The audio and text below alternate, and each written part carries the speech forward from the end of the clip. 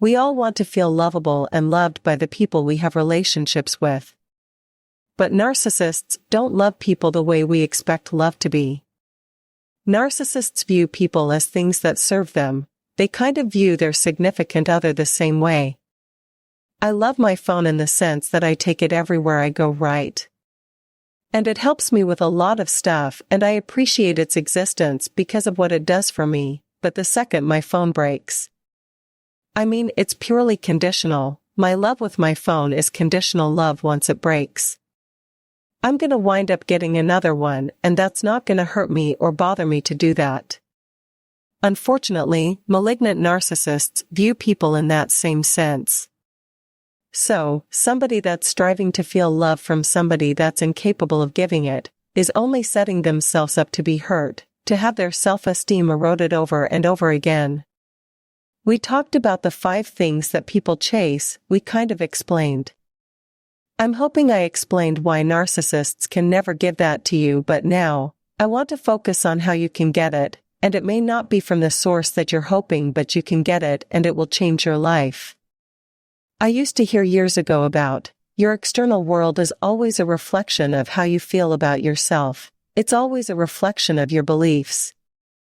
And years ago, I didn't really give it a lot of thought. I didn't believe it or not believe it.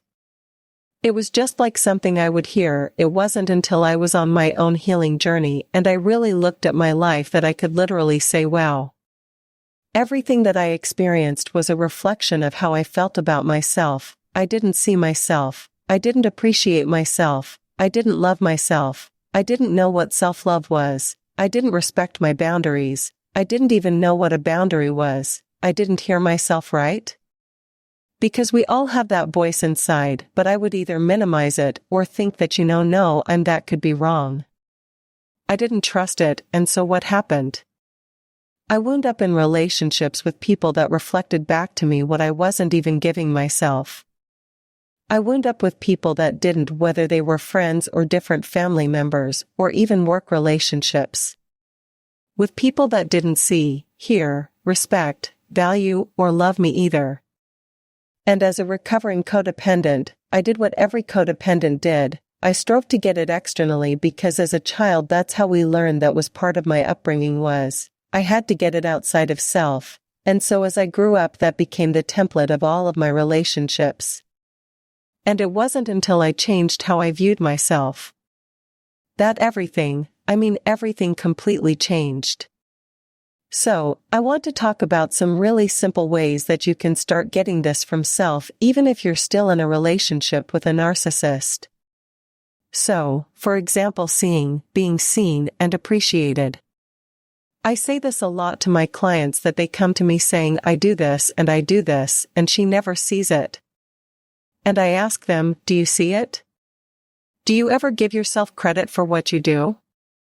And I've met some amazing men that do so much for their family and never feel appreciated, and because they're so focused on the fact that they're not appreciated, they don't even see or feel good about what they're doing because their focus is always on what they're not getting.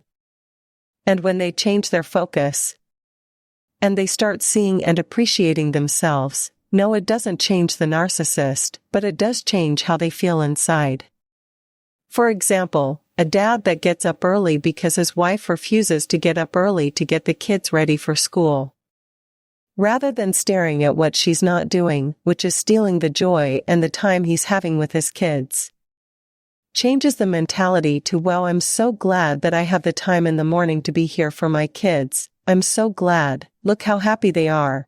This is like a special time that I could have with them. I'm a good dad. I'm so proud of myself. That's fueling that desire to be seen, but you're doing it from within. Rather than chasing to be seen as if it's by the narcissist, who seems to be like the jockey with the carrot on the stick. You're giving it to yourself, so not only do you feel empowered, but you'll enjoy the things you're doing.